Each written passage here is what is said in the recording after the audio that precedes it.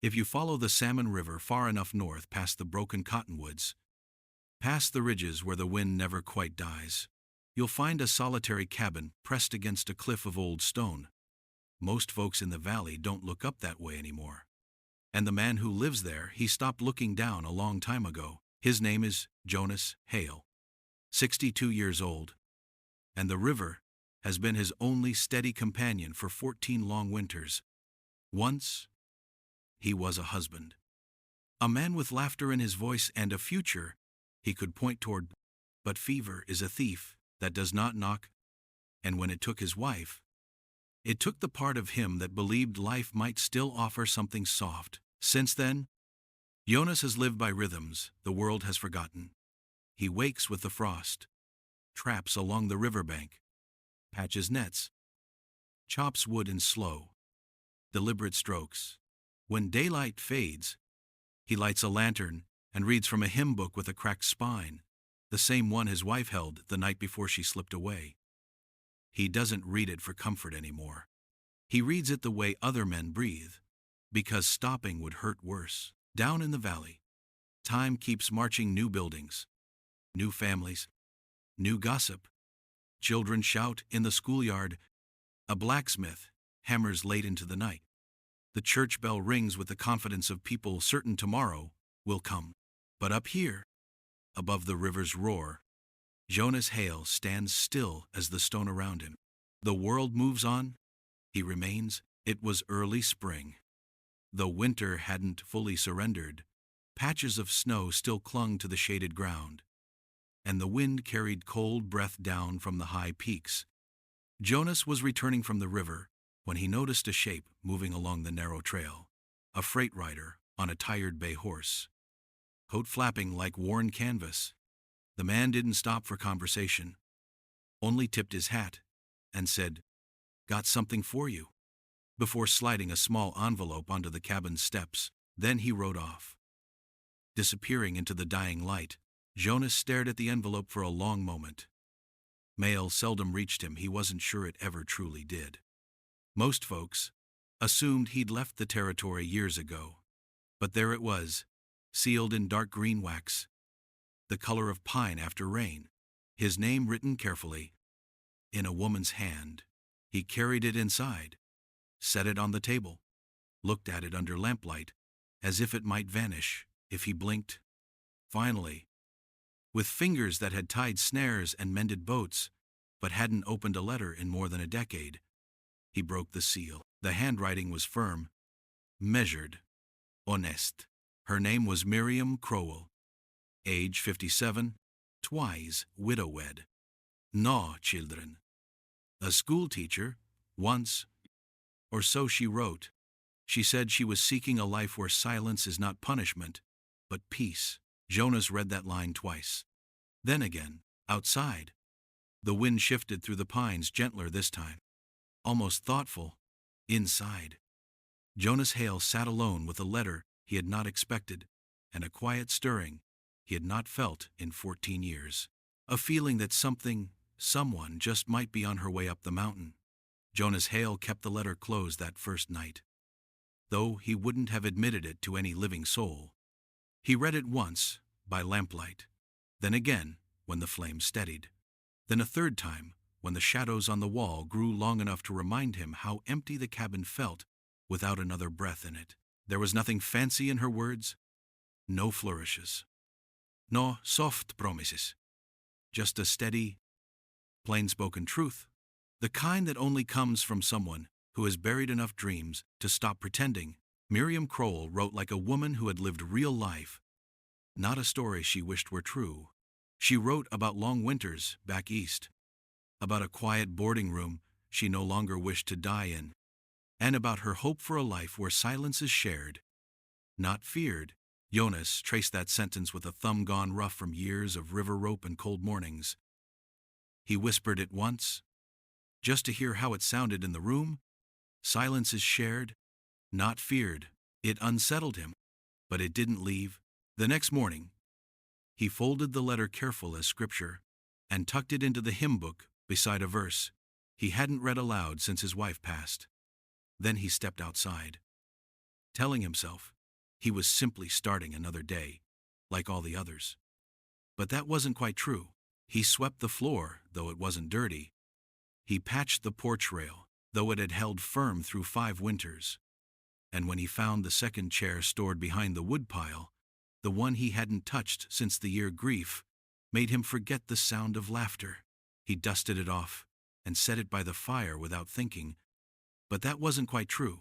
Each act felt like a man preparing for company he insisted would never come. But the hands don't lie the way the mind does. That night, long after he lay down, he felt the weight of the quiet differently, not as a burden, but as a question waiting to be answered. And Jonas Hale, who thought his life carved in stone, found himself wondering what it might mean to share the silence. Dawn came thin and pale that morning, the kind that barely warms the frost on the window before giving up. Jonas Hale was tightening a trapline near the porch when he heard wagon wheels grinding slow over gravel. Then the soft grunt of a tired horse. No one came this far up the ridge without reason. He straightened, wiping cold breath from his mustache, and watched as a single wagon crested the rise. The driver was a boy from town, but it wasn't him. Jonas noticed it was the woman sitting beside him. She climbed down before the wagon even stopped moving, boots crunching against the frozen earth, a wool coat wrapped tight around her shoulders, a single trunk in her hand, her silver hair pinned back in a manner that suggested she'd fixed it once that morning and had no intention of fussing with it again. Miriam Crowell, 57, twice widowed, a woman with no children to anchor her and no fear left to waste on strangers' opinions. She stood there, steady as an aspen stump, meeting Jonas's eyes like she'd already weighed him in her mind and found him human enough. Her gaze held no apology and no expectation. Their first words weren't soft, and they weren't searching. Just 2 people acknowledging the road each had walked to get here. Jonas Hale, she asked. That's me. He said, I'm here. Same as I wrote. He nodded once, as if confirming something he wasn't sure he'd hoped for. Cabin's small, he said. Small's fine, she answered, then added, I didn't come for luxury. It wasn't romance, wasn't meant to be. Just truth. Meeting truth. Jonas didn't offer his arm, and she didn't need it. She carried her trunk, as if she had spent a lifetime carrying heavier things. Judgment, loss, long miles. When she stepped inside the cabin, something in the air changed, subtle but certain. The place didn't feel so hollow, didn't echo the same. Miriam set her trunk down by the wall and took in the room with a calm, assessing glance. The fire, the hymn book, the second chair he'd set out without admitting why. This will do, she said quietly. Jonas felt the words settle somewhere he hadn't known was empty.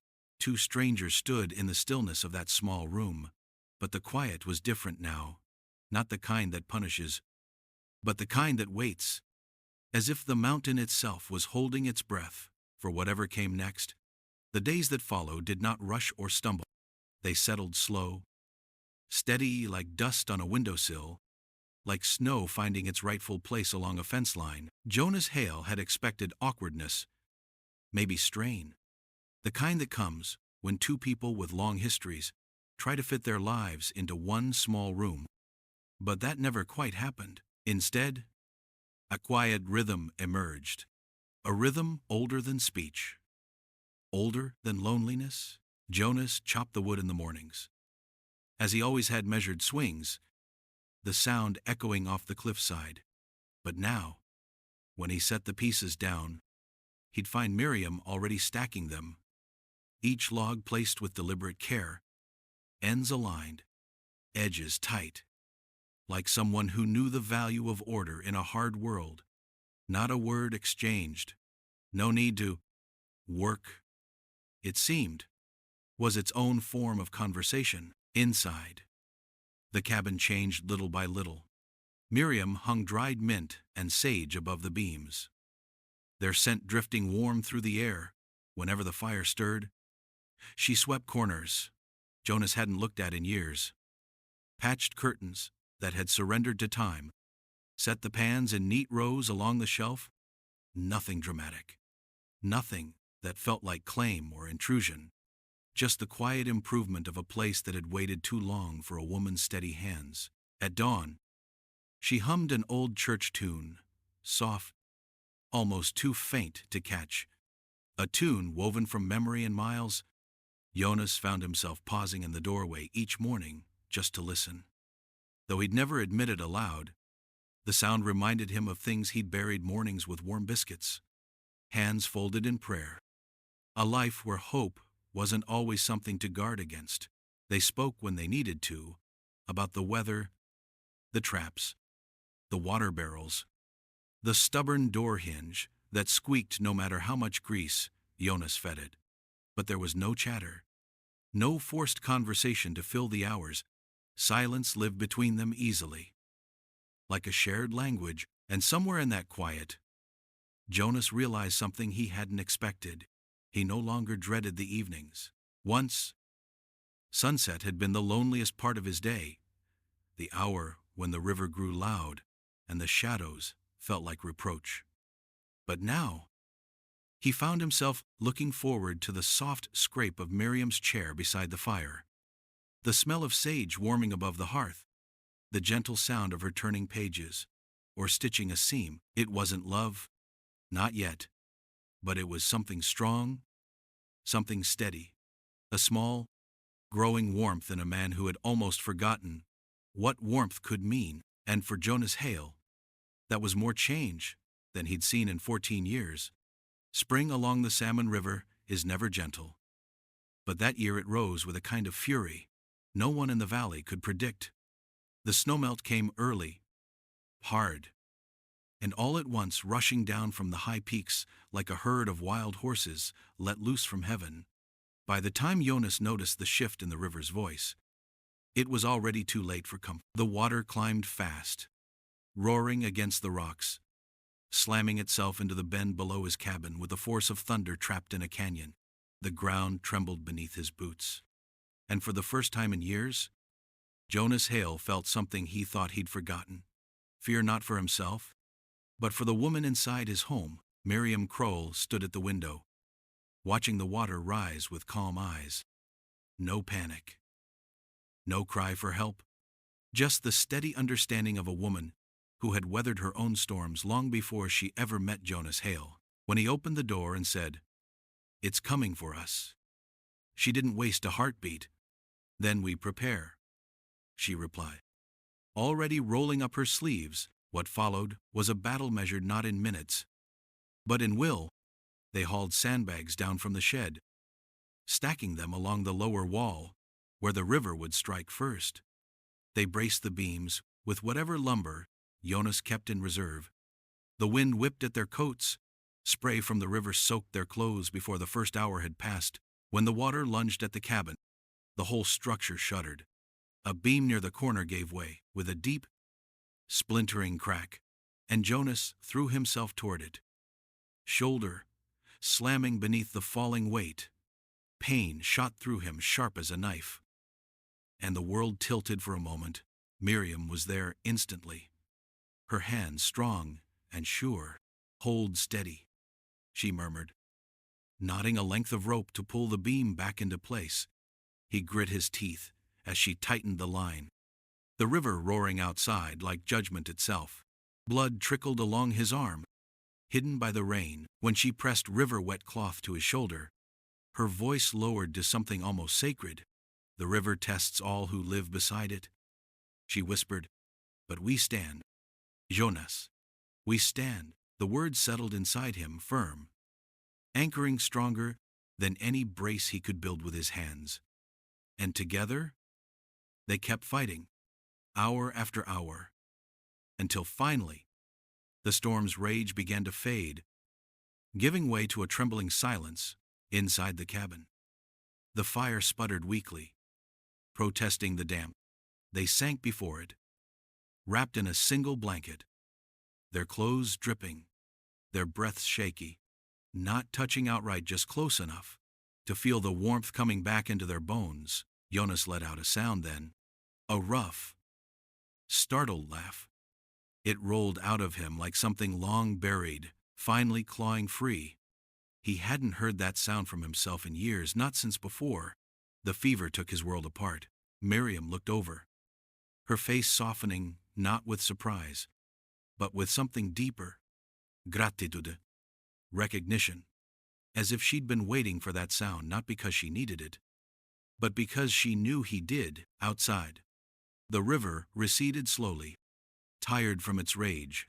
Inside, two people who had stood shoulder to shoulder through the worst of it breathed the same trembling air and found themselves changed.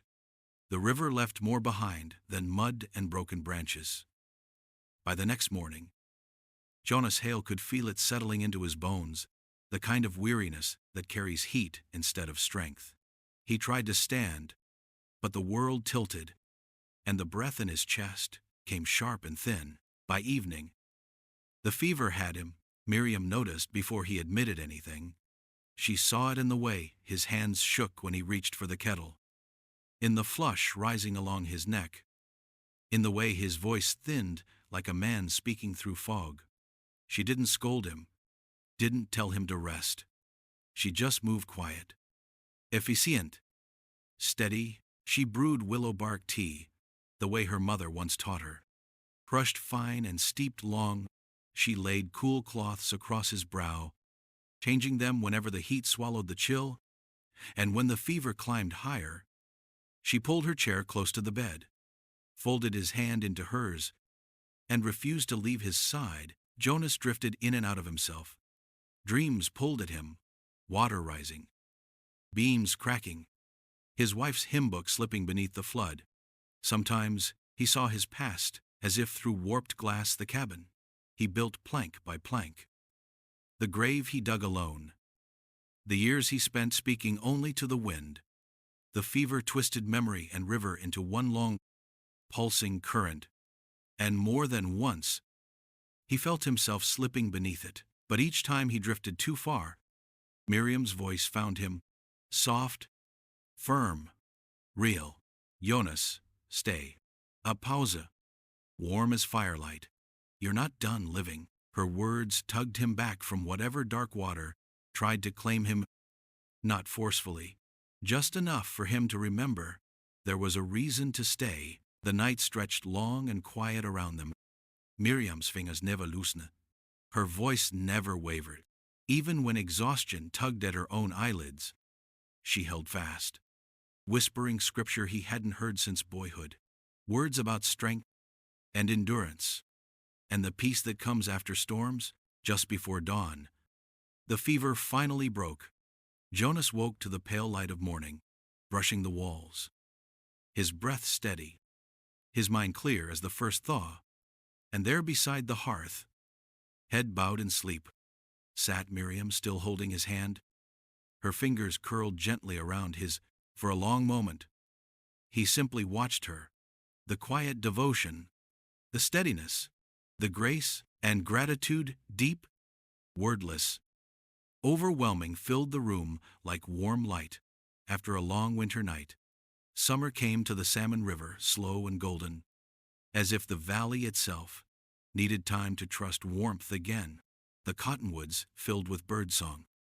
The river softened its roar to a steady murmur, and the earth smelled of wet soil and new beginnings. Jonas Hale stepped outside each morning, feeling strength return to his limbs, one sunrise at a time. And always, Miriam Crowell was there, moving through the yard with calm purpose, sleeves rolled, hair pinned back, ready to mend what the flood had taken. They didn't talk about what had happened. They simply began to rebuild, together. They straightened the warped boards along the cabin's base. They lifted new beams into place, Jonas guiding the weight, Miriam securing the rope knots tight enough to outlast another storm. It wasn't fast work. It wasn't easy. But it was shared, every nail, every plank, every breath. When the structure finally stood firm, they turned to the doorframe, where the old lintel had cracked clean through. Jonas shaped a new one from seasoned pine, smoothing the grain with hands that had learned patience the hard way. Then he stepped back. As Miriam lifted the chisel, she carved the words slowly, as if speaking to the wood itself. What endures belongs. The phrase settled into the timber like it had been waiting there all along. Later, as the afternoon softened toward evening, they sat on the porch with mugs of coffee, warming their palms. The silence between them was no longer hollow. It felt alive, full of everything they didn't need to say. Jonas looked over at her, the river glinting behind them like a silver path. If heaven has a scent, he said quietly, it's river water, pine smoke, and you close by. Miriam didn't speak. She just gave a small, knowing smile, the kind that holds an entire lifetime inside it and offers the promise of another. By late summer, the valley had settled into a peaceful hush, the kind that only comes after a season of storms. One warm morning, a traveling preacher rode up the ridge with a wagon full of supplies, coffee, flour, a coil of rope, and a few letters meant for folks far more social than Jonas Hale. But he stopped anyway, drawn by the sight of two people working side by side beneath the cottonwoods, moving with the easy rhythm of those who no longer live alone. Jonas and Miriam greeted him with the same quiet steadiness that defined everything they touched, and when the preacher looked from one to the other, he gave a small nod, as if the mountain itself had already told him what needed doing. There were no pews, no gathered crowd, just the cottonwoods whispering in the soft wind, the river shining silver in the distance, and two weathered souls who had chosen one another long before this day. Jonas took Miriam's hands, rough and warm in his own. The preacher spoke a few simple words, nothing flowery, nothing grand. Then instead of rings, Jonas untied a strip of soft leather, and Miriam did the same. They wrapped them around each other's wrists, a promise of endurance, a bond made not of gold, but of something that could weather seasons. As the knots were tied, the wind rose gently through the cottonwoods. Miriam lifted her face to the breeze and whispered, "Let the valley remember us." And the valley did. The wind carried their vow across the ridge, through the pines, down to the restless water that had once threatened to take everything from them. Some love arrives in thunder, some in quiet footsteps on a dirt road, but the kind that endures comes softly and stays. Now, my friends, before you go, tell me in the comments, where are you listening from tonight? Did this story touch something familiar in your own heart? If you enjoyed this tale of second chances and steadfast love, please leave a like, share it with someone who needs a little hope, and subscribe to Western Tales Memories, where every week we keep the Old West alive, one quiet, enduring story at a time.